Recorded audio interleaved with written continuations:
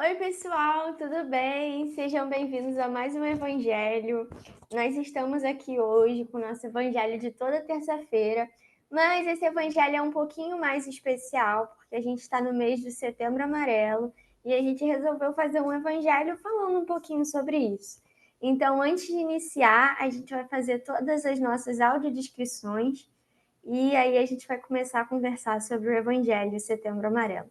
Eu sou a Alice. Eu sou uma mulher jovem, branca. Eu tenho um cabelo castanho escuro liso, curtinho. Eu estou usando um fone de ouvido branco, uma camisa laranja, sentada numa cadeira preta. E agora eu vou chamar os meus companheiros que estão aqui hoje também. Oi, gente, eu sou a Clara, sou uma mulher branca jovem. Eu uso óculos, eu tenho cabelo castanho comprido, tá preso no rabo de cavalo. Tô usando uma blusa rosa e no fundo tem só uma parede lilás. Oi, gente, eu sou o Gabriel. Eu sou um homem jovem, branco. Eu tô com a barba feita, um óculos azul marinho, um fone preto e o fundo todo borrado, para vocês não verem quem tem no meu fundo. Oi, gente, boa noite. Então, aqui é a Estela, sou uma mulher jovem, meu cabelo também tá preso, meu cabelo é castanho, é preto, cacheado, tenho os óculos e meu fundo é a imagem de Jesus em Emaús. Aí agora, como a gente falou, é uma live do nosso Evangelho, mas pensando no Setembro Amarelo, e a Clarinha vai falar um pouquinho de algumas informações que são importantes da gente saber, né? Fala aí, Clarinha. Então, gente, a gente gostaria de divulgar dois canais de contato, se vocês, por acaso, estiverem num momento de dificuldade, estiverem se sentindo mal, para baixo, meio sozinhos, ou só querendo conversar mesmo com alguém, a gente vai indicar para vocês o Centro de Valorização da Vida, o CVV, e o Atendimento Fraterno da FEB. O CVV é 24 horas, você liga, e a qualquer horário alguém vai te atender. O atendimento da FEB funciona das 6 da manhã até a meia-noite, todos os dias. Então, a gente vai colocar aqui no chat os números de telefone, se alguém, por acaso, se interessar ou conhecer alguém que pode estar precisando. É muito importante a gente saber que existem esses lugares que a gente pode ter alguém para conversar, nos ajudar, nos orientar. Então, vamos ouvir agora a nossa música, né? E começar nosso evangelho de hoje.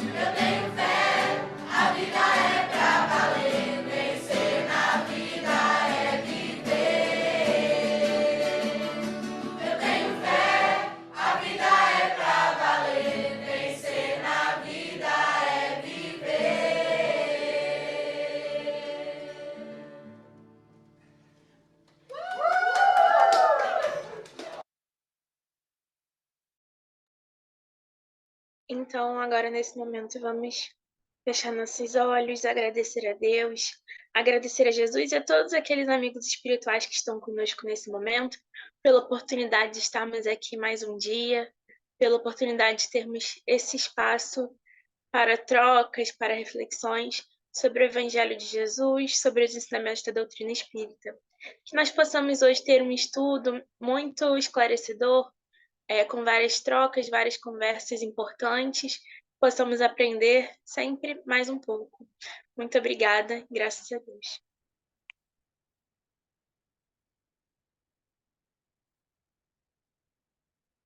Então vamos agora para a nossa leitura do Evangelho.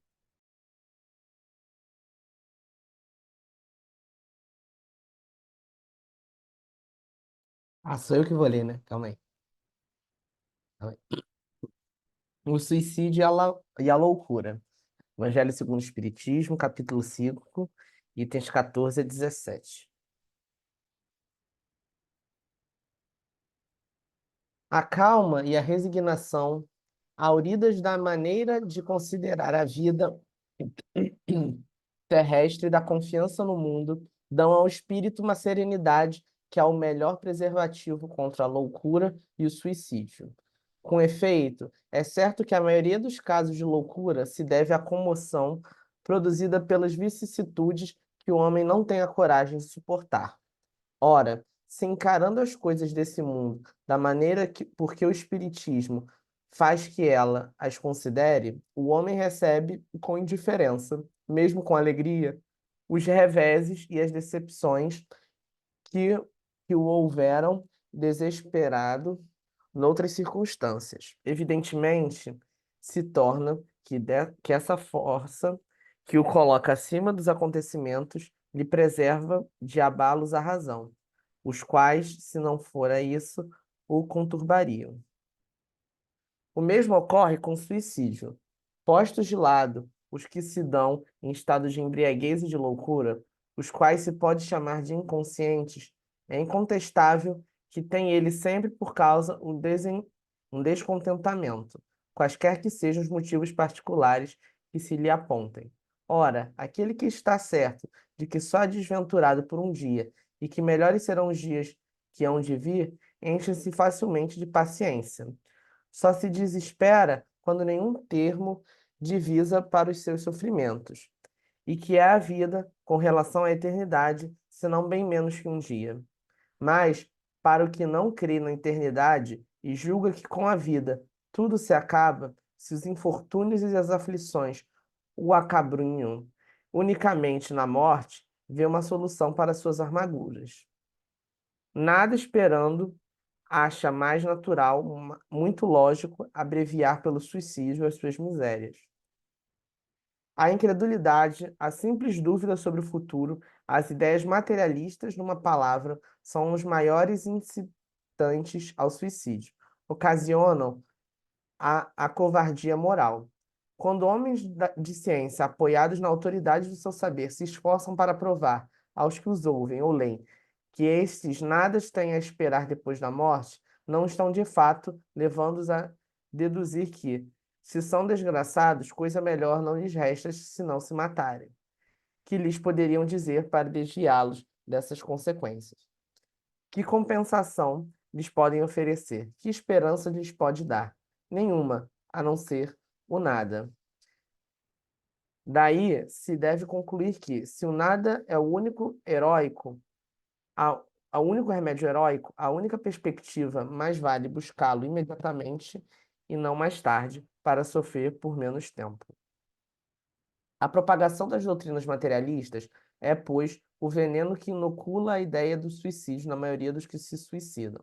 E os que se constituem apóstolos de semelhantes doutrinas assumem tremenda responsabilidade.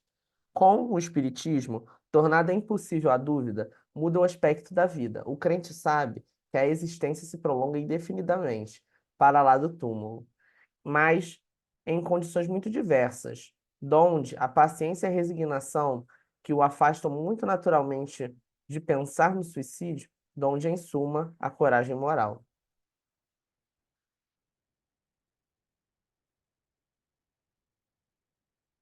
O espiritismo ainda produz, sobre esse aspecto, outro resultado, igualmente positivo e talvez mais decisivo. Apresentam-nos os próprios suicidas, a informar-nos da situação desgraçada em que se encontram e a provar que ninguém viola impunemente a lei de Deus, que proíbe ao homem encurtar a sua vida. Entre os suicidas, alguns a cujos sofrimentos, nem por serem temporários e não eternos, não são menos terríveis e de natureza a fazer refletir os que porventura pensam em daqui sair antes que Deus os haja ordenado.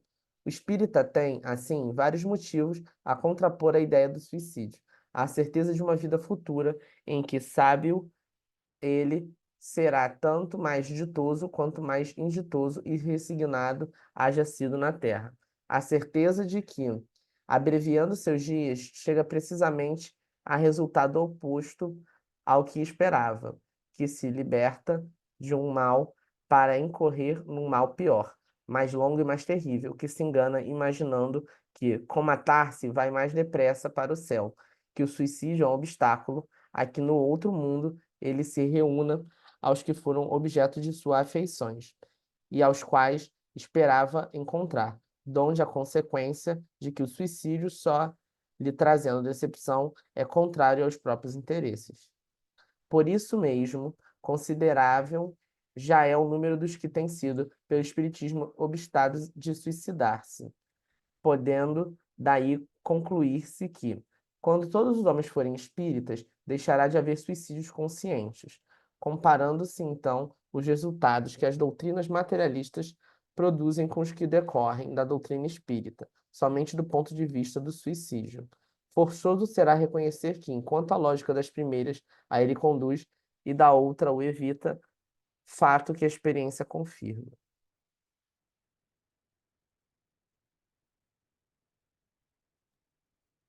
E aí, gente, quem quer começar comentando? Pode começar, Clarinha. Eu? Hum. Então, eu acho que é importante no início ele fala, né? Ele difere o suicídio inconsciente, quando a pessoa tá numa situação que ela não tá respondendo pelas próprias ações, né? Tá num estado mental já completamente perturbado. Ele difere esse suicídio inconsciente do suicídio consciente, que a pessoa pensa, vou acabar com os meus sofrimentos. E eu acho que é importante a gente trazer essa diferenciação no início, né? Para pensar que ele está falando do suicídio nas situações em que a pessoa acha que vai acabar com o sofrimento dele na Terra, e não com as pessoas que estão numa situação que já nem estão mais pensando por si próprias, vamos dizer assim, né? E aí ele fala da importância da gente se afastar do materialismo. Porque quando a gente acha que só a vida na Terra importa, realmente, qual o sentido da gente continuar sofrendo, né?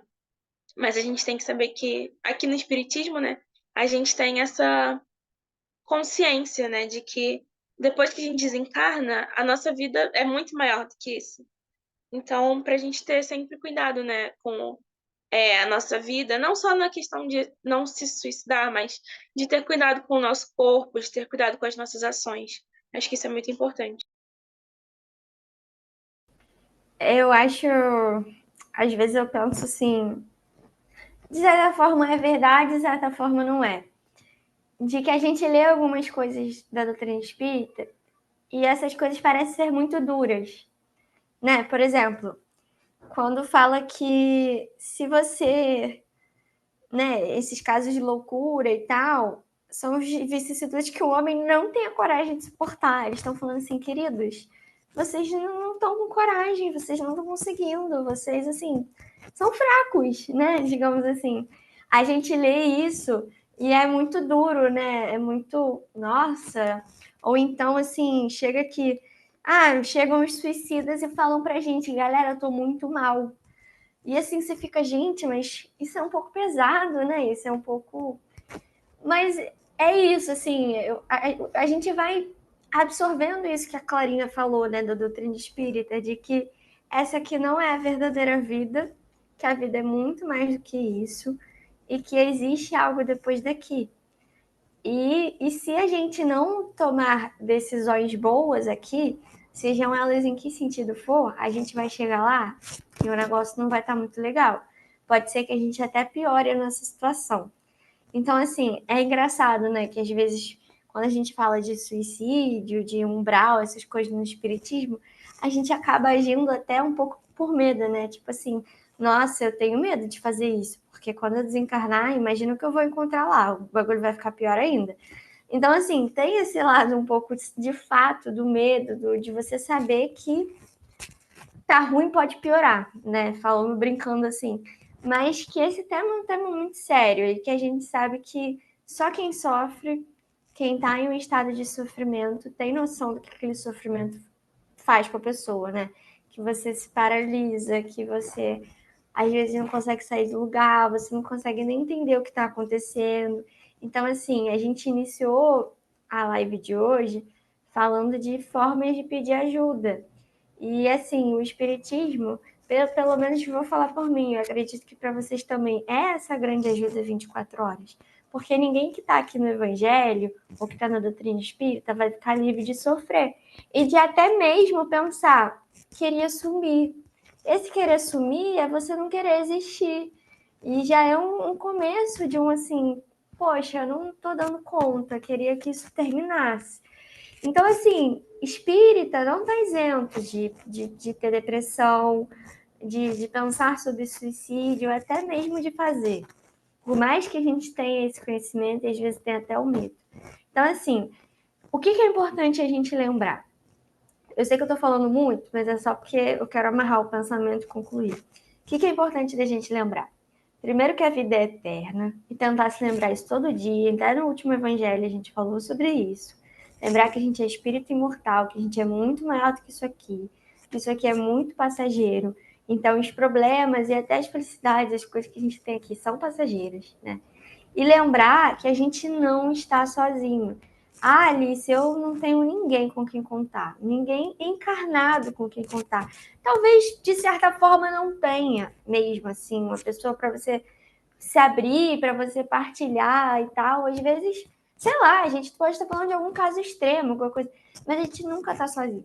E uma coisa que eu vou compartilhar com vocês, que tem duas coisas que têm me ajudado muito. Uma é muito clichê e a gente fala o tempo todo. Gente, lê o Evangelho todo dia. Lê o Evangelho. No outro dia eu estava meio surtada, eu peguei e falei, vou ler o capítulo inteiro do Cristo Consolador. E aí tem uma frase lá do Espírito de Verdade falando, galera, chora. Pode chorar, porque é difícil. Mas assim, chora com resignação e acreditando que vai passar, porque vai vir alguém, vai vir os espíritos que vão enxugar tuas lágrimas. E as coisas vão melhorar. E eu li aquilo e falei, caramba, que bom. Então, assim, leia o Evangelho. É o remédio de todo dia. Contra a depressão, contra a ansiedade, contra qualquer outra coisa. É o seu fortalecimento diário. E a segunda, que eu estava lendo o Livro dos Espíritos, e eu vou concluir a minha fala. A gente tem um anjo da guarda. A gente tem um mentor ligado a gente. E a gente esquece isso. Por isso que eu falei, a gente não tá sozinho, um dos motivos é ele. A gente tem um amigo com quem a gente contar. E eu me revolto às vezes, eu falo, beleza, eu vou conversar com ele, mas eu não vou ouvir. Com esses ouvidos aqui encarnados. Isso às vezes é um pouco frustrante. Mas, gente, a gente tem que lembrar disso e exercitar esse contato. Porque por mais que a gente não acredite 100% e a gente se esforçar e conversar com ele tá ali, vai ter alguém para ouvir a gente e vai inspirar a gente, vai consolar a gente quando a gente for dormir, pedir para estar com ele, pedir para ser fortalecido. Isso é muito importante. Então, assim, ultimamente são duas coisas que têm me ajudado muito. Ler o Evangelho, mesmo que a força às vezes, e lembrar que a gente tem um guia, a gente tem um anjo da guarda que está com a gente. Falei muito, mas são coisas muito importantes, eu precisava falar. E, por favor, falem agora, eu vou ficar quieta. Então, eu estava pensando nisso, Alice, que você estava falando, veio duas coisas na cabeça. Uma eu não lembro, vou pedir ajuda para vocês para lembrar. E a segunda é o seguinte: a gente precisa vivenciar o Evangelho, porque quando o Espírito fala que se todos fossem espíritas, as pessoas não se matariam, não está falando que as pessoas conhecerem a doutrina espírita, porque todos nós conhecemos a doutrina, mas não necessariamente a gente internaliza tudo que ela fala para gente. E a gente tem essa dificuldade. E a gente, mesmo a gente pode estudar, ó, eu sou espírita a minha vida inteira. e a gente tem dificuldade de conceber a ideia da vida eterna. Porque a gente é muito focado no nosso presente. Tanto é que o nosso passado, ele sempre vai ser meio distorcido, né? A gente sempre acha que a gente foi mais feliz no passado, sofreu menos no passado, e o presente é sempre muito ruim, é sempre muito complicado. E assim, o futuro é inimaginável, né, para a gente pensar. E aí, quando a gente é apresentado a um Deus infinito que dá uma ideia de vida eterna pra gente, cara, é inconcebível, assim. É inconcebível o direito a gente pensar nisso. E a gente tem que ter essa noção, assim, é meio difícil mesmo, assim, no nosso nível evolutivo, é difícil mesmo a gente conceber isso. E o mundo, ele é esse, de provas e expiações, assim, a gente vem expiar muita coisa, fazer muitas provas e ser desafiados. Muitas vezes os desafios podem ser, tipo, coletivos mesmo, tanto é que, assim, pô, depressão é um problema coletivo que a gente tem na sociedade e é um problema que a gente tem mesmo, individual. E o importante é isso, saber que a gente não está sozinho e saber que as coisas têm solução. Assim, eu sou uma pessoa que me trata no psicólogo, no psiquiatra, e quando você percebe que você não é a única pessoa que sofre aquelas coisas, as coisas parecem menor. E eu acho que isso é importante, assim, se você está sofrendo, você está sentindo que, cara, não é possível, só eu sinto isso. Você vai descobrir que existe um mundo de pessoas que sofrem a mesma coisa e uma rede de apoio imensa de pessoas que podem te ajudar, sabe? E é óbvio, a doutrina espírita, ela é ótima para fazer isso, para acolher, para nos trazer consolo, né? Cristo é aquela pessoa que traz o consolo para gente, mas para coisas às vezes materiais, a gente precisa da solução material também, entendeu? Ir ao médico, fazer exercício físico, sair para ver a natureza. A gente precisa fazer essas atividades do nosso bem-estar, porque a gente só consegue se conectar plenamente com Deus, com Jesus, com o nosso anjo da guarda se a gente bota o nosso corpinho para funcionar, sabe?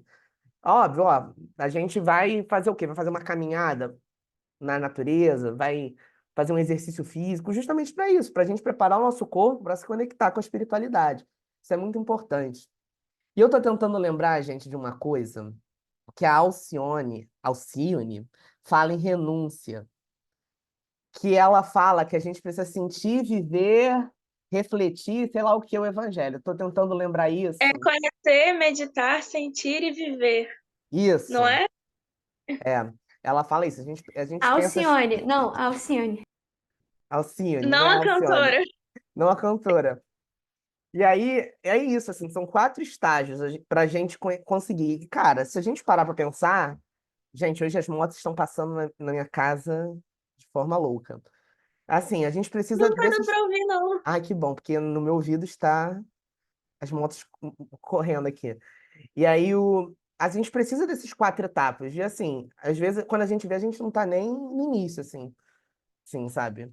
Eu acho que a gente tem que refletir sobre isso. O livro que eu tô citando é o Renúncia, gente. É o livro que vem depois do Paulo Estevão. Tem uma ordem aí, que eu nunca sei. Aí pesquisem no Google aí a ordem, não lembro da ordem, mas tem o livro. Bom, é isso, gente. Essa é a minha fala.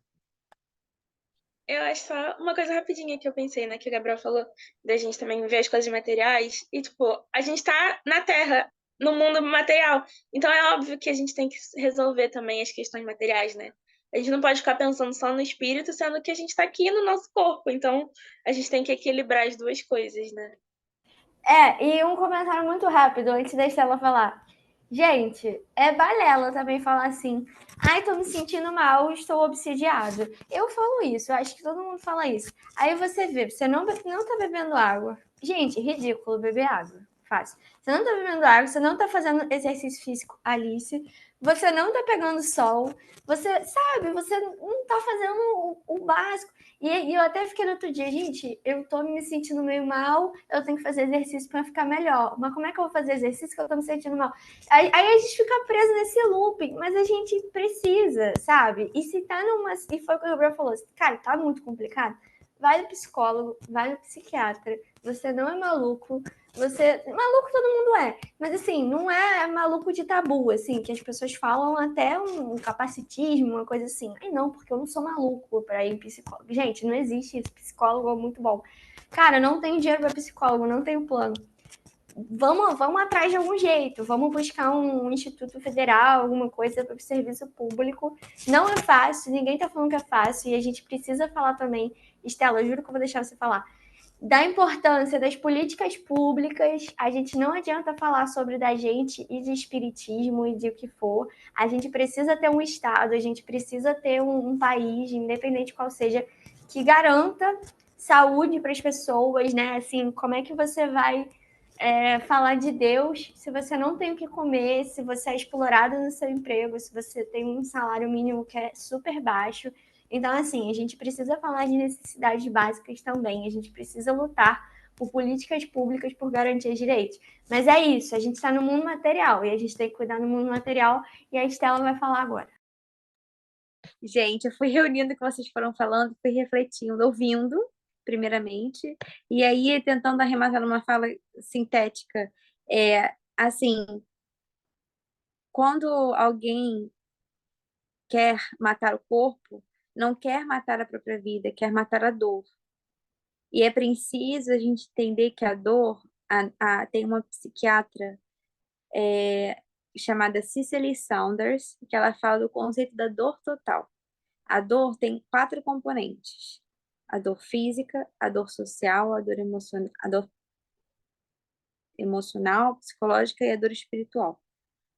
Então, a gente precisa olhar, como a Alice ressaltou agora nesse final, como a Clarinha falou, a gente tem um corpo físico, a Alice falou das questões sociais também. A gente precisa entender que a gente é um conjunto de coisas. E tudo está no nosso planejamento reencarnatório.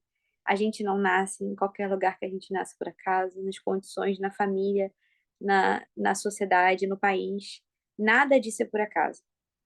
É claro que isso não quer dizer, não é por acaso, então, ok, não vou ajudar quem precise, não.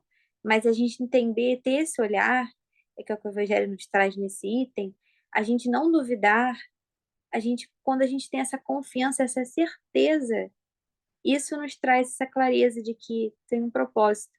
E encontrar um sentido para a vida é essencial. Essencial. E fica a dica de uma leitura maravilhosa, que, embora não seja uma leitura espírita, pois já foram citadas outras leituras espíritas, é uma leitura que é citada por vários palestrantes espíritas, dentre eles o Divaldo, que é do Viktor Frankl, psiquiatra, o livro Em Busca de Sentido, que ele fala da própria experiência, que ele foi um psiquiatra num campo de concentração e como que ele fundou a chamada logoterapia, que é a terapia do sentido de vida. E por que a gente está falando disso? Porque quando a gente encontra um sentido de vida, um propósito de vida, a dor ganha um propósito. A dor se torna uma professora. Toda dor tem um prazo de validade. Uma vez quem disse essa frase foi o Haroldo Dutra Dias, quando ele estava passando por uma grande dor na vida dele. E numa reunião mediúnica, um espírito foi e falou: meu filho, toda dor tem um prazo de validade. E ele também postou recentemente nas redes sociais dele uma experiência que ele teve passando por um grande sofrimento. O Haroldo estava com um amigo sentado chorando e passou um senhor do lado dele, tocou o braço. Me desculpa, é que eu vi que você estava chorando, eu queria pedir para você orar para Deus por mim. Aí o Haroldo não entendeu nada, né? Ele chorando, alguém vai e pede para orar para Deus por ele. E aí ele ficou acompanhando o senhor, indo embora, e viu que ele entrou na igreja. E descobriu que aquele senhor era o padre. E aí, antes do senhor ir embora, quando o Haroldo perguntou: mas por que você está falando isso? Ele falou: porque eu sei que quem está sofrendo está mais próximo de Deus. E por que é importante a gente saber isso? Porque não nos iludamos. Todas as pessoas. Pega todos os palestrantes, todos. Eu posso falar com certeza, todos os palestrantes espíritas que a gente vê. Você pega as histórias deles, todos passaram por situações desafiadoras, inclusive dores morais. Divaldo tentou suicídio. E ele, gente, médium desde criança, viu a irmã apareceu para ele, por quê? Era um processo obsessivo junto. Também tinha a questão da inconsciência. Haroldo passou por uma grande dor moral, ele não entra em detalhes qual foi. Alberto Almeida, a gente vai ficar citando aqui, eu não estou falando que eles, Haroldo e Alberto já falaram que tiveram uma questão do suicídio, não é isso, mas eles passaram por grandes dores, que uma vez o Alberto Almeida, que é um palestrante espírita médico, ele falou numa palestra que ele estava fazendo uma ação social numa comunidade, e indo embora com o carro, as crianças correndo atrás dele, uma das crianças ficou presa na roda do carro, e ele passou por cima da cabecinha da criança. Ele espírita, de anos. E imagina a dor, porque foi algo acidental. Depois ele veio descobrir que tinha um processo obsessivo, relacionado à criança, enfim, que levou ela a acontecer aquilo. Mas a dor que ele teve que ressignificar dentro dele. Então, por que a gente está trazendo essas histórias? Porque para a gente achar, como o Gabriel disse, a gente não é o único a passar por isso. Quando a gente abre a visão, tira o todo do que muitas vezes vem os nossos irmãos de vidas passadas alimentar aquilo, é isso aí, fica aí, você não vai ter que. Então, quando a gente faz tratamento psiquiátrico que reajusta nosso físico e soma isso ao tratamento espiritual, a gente reequilibra, consegue ver com os nossos olhos, nossos próprios olhos, diminuindo a influência espiritual, e aí a gente consegue ouvir nossos amigos espirituais, como a Alice falou, ouvi-los e identificar que a gente não é o único que está passando por isso. E aí tudo melhora. Tudo ganha, porque Jesus disse que quando a gente fosse para ele, não é que o fardo desapareceria, mas ele ficaria mais leve. É por isso. Acho que mais alguém tem alguma coisa para falar? Por conta do tempo, né? A gente tem que ir encerrando, então, nosso evangelho de hoje. Alice, vai fazer nossa prece, então? Beleza. Sim. Vamos, nesse momento, elevar os nossos pensamentos para o mais alto que conseguirmos. Vamos agradecer a Deus pela nossa vida, por esta encarnação, por este corpo físico, independente da situação que estejamos, agradecer pelo que temos agora, mesmo que seja um momento difícil. Vamos agradecer pela doutrina espírita que tanto nos fortalece. Vamos agradecer também por tudo aquilo que nos fortalece. Vamos agradecer por todo o auxílio que temos sempre. Principalmente daqueles auxílios que não sabemos, que não temos ideia de que estamos sendo auxiliados. Vamos agradecer por podermos estar aqui em mais uma noite de Evangelho, por termos o Evangelho de Jesus explicado melhor ainda pela doutrina espírita, mas que possamos principalmente vivenciar esse Evangelho, vivenciar a filosofia espírita, para que os nossos sofrimentos se amenizem um pouco. E vamos agradecer pelos nossos sofrimentos, por mais difícil que isso ainda nos apareça, porque disse Jesus que bem-aventurados são os aflitos, então que possamos agradecer pelas nossas aflições que nos fazem crescer e nos lembrar de agradecer a elas. Vamos pedir à espiritualidade amiga que continue nos amparando com força, com fé, com resignação, com muita coragem, e que possamos ter a possibilidade de vivenciar uma felicidade que ainda não é deste mundo, mas é uma felicidade que a gente já consegue alcançar. Que nunca estamos desamparados e que tenhamos essa fé no futuro e que possamos continuar fortes nessa vida. Graças a Deus. Tchau, gente. Até a próxima. Tchau, gente.